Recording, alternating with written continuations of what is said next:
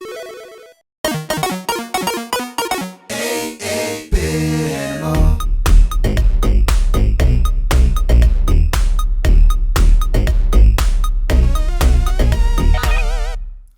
you doing, good people?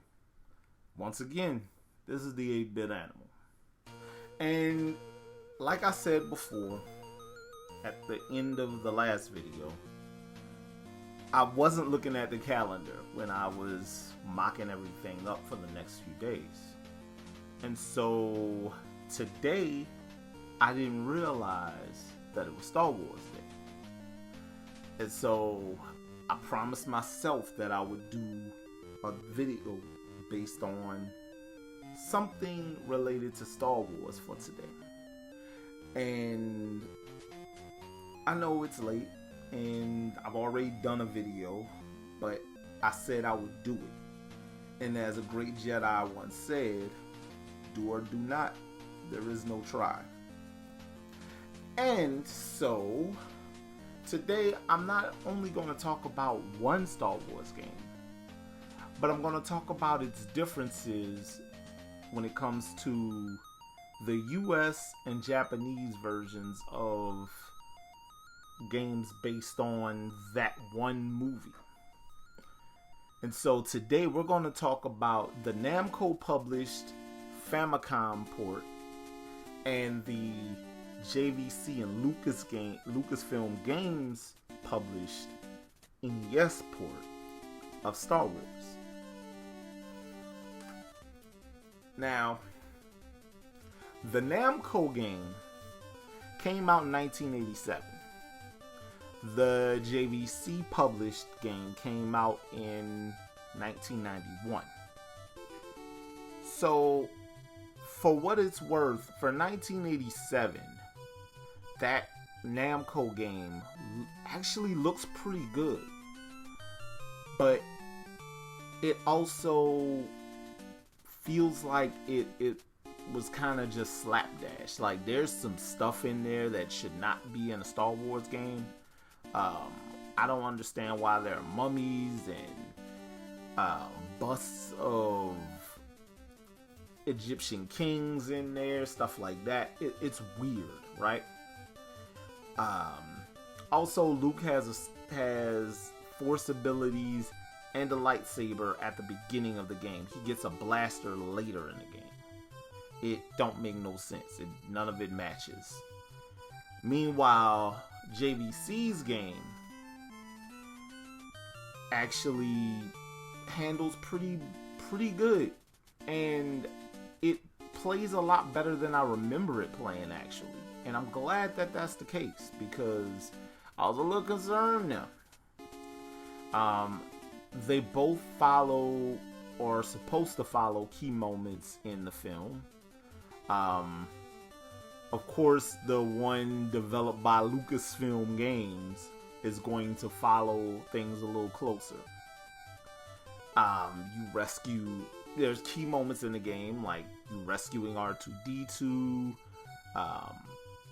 finding Han Solo, finding Obi-Wan Kenobi giving you the lightsaber, rescuing Princess Leia, at the end of the game, blowing up the Death Star. Lots of riding around in the land speeder. That happens in both games, though it's from a side-scrolling perspective in the Namco produced game, and a top-down perspective in the JVC published game. And again, both of them, for what it's worth, and given the time frame that they were released, both of them are serviceable. Neither one of them changed the world. Big shock. I'm not surprised that they're not particularly amazing, because licensed game, and licensed games never really did get a fair shake on the NES. Should have gave this to Sunsoft. Sunsoft would have made it work. Look what they did with Batman and the Gremlins. The Gremlins. But anyway, yeah, it's this both games are decent. I would say if I had to pick out of the two, the novelty of having that Famicom port doesn't really hold up in when you compare it to the quality of the actual game. So I would definitely stick with that JVC published port myself. Now, if you want a copy of either one, the Famicom version of Star Wars is actually, both of them about $25-30 for a loose cart is a fair price. For that NES port though, you're gonna pay about $25 for that one. And the Famicom one definitely a lot cheaper. Now, if you want to talk about spending money, that's when we start talking about the ports of. That's when we start talking about The Empire Strikes Back.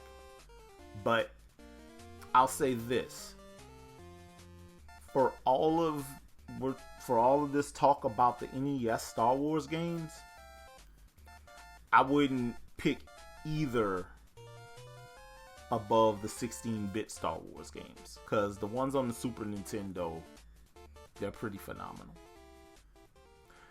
This has been the 8-Bit Animal, and I'll catch you beautiful people tomorrow.